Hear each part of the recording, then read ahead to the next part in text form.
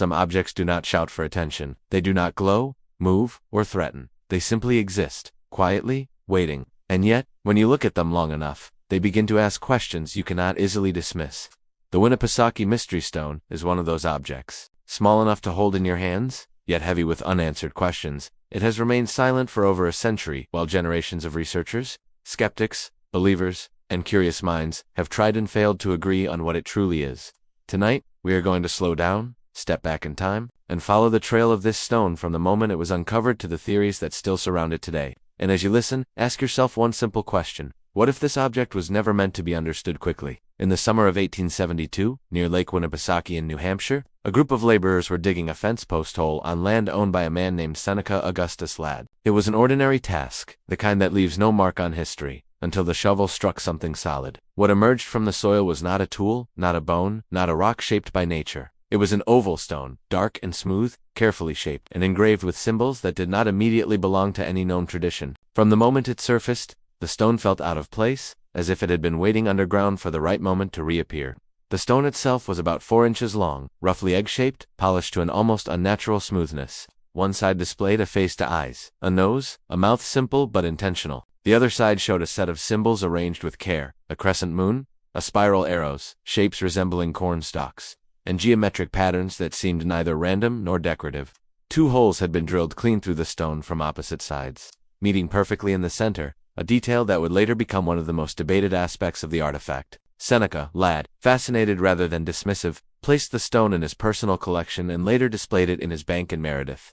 Visitors came, stared, speculated, argued. Some saw Native American origins. Others saw something far stranger. Ladd himself reportedly changed his mind multiple times about what the stone might represent, sometimes suggesting ceremonial use, other times hinting at lost knowledge. But what made the stone powerful was not what people thought it, was what nobody could prove. At first glance, it seemed logical to assume a Native American origin. After all, the region around Lake Winnipesaukee had been inhabited by indigenous peoples for thousands of years. Stone tools, ceremonial objects, and symbolic carvings were not uncommon.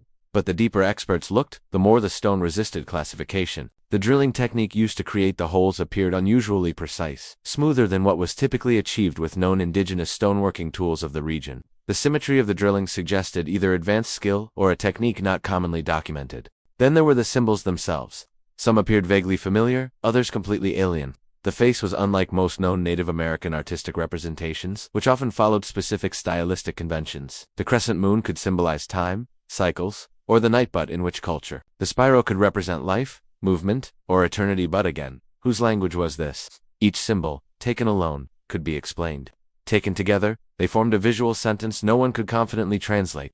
As word spread, the stone attracted the attention of scholars from institutions like Harvard and the Smithsonian. Yet even among professionals, consensus proved impossible. Some argued the stone was a modern fabrication, perhaps created in the 19th century as a curiosity or even a hoax. Others countered that the weathering, the context of discovery, and the craftsmanship suggested genuine age. The lack of similar artifacts made comparison difficult, and the stone existed in a category of one. Skeptics pointed to the possibility of forgery. The 1800s were a time of intense interest in antiquities, and fakes were not unheard of. But skeptics faced a problem. If it was a hoax, who made it, and why was it buried so carefully?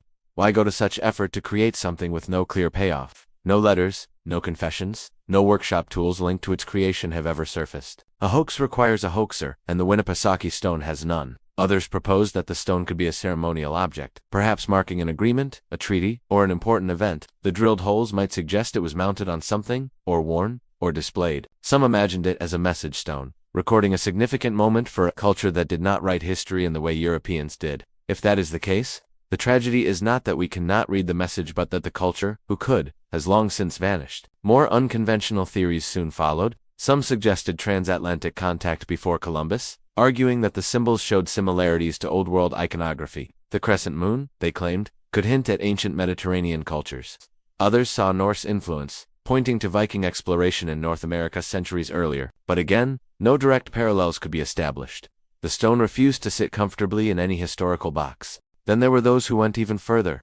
They noticed how the stone did not resemble practical tools, nor typical religious objects. It was symbolic, deliberate, and strangely modern in its abstraction. Could it be a teaching object, a marker of time, a form of communication not meant for language, but for memory? Or perhaps something created to be found, rather than used? One of the most intriguing aspects remains the drilled holes. Even today, replicating that level of precision in hard stone using primitive tools is extremely difficult. Experiments attempting to recreate the drilling have produced mixed results. Some succeeded partially, others failed completely. The stone sits in that uncomfortable space where replication is possible but only with effort, skill, and time that must be accounted for. It does not prove advanced technology, but it does suggest intentional sophistication. As decades passed, the stone's reputation grew. It moved between collections, museums, and storage. Each time it reappeared, it reignited debate. New theories replaced old ones, only to face the same lack of definitive proof.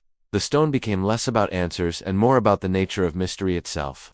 In a world increasingly driven by data and certainty, it stood as a reminder that not everything yields to explanation. What makes the Winnipesaukee Mystery Stone truly compelling is not any single theory, but the way it sits at the intersection of history, archaeology, psychology, and imagination.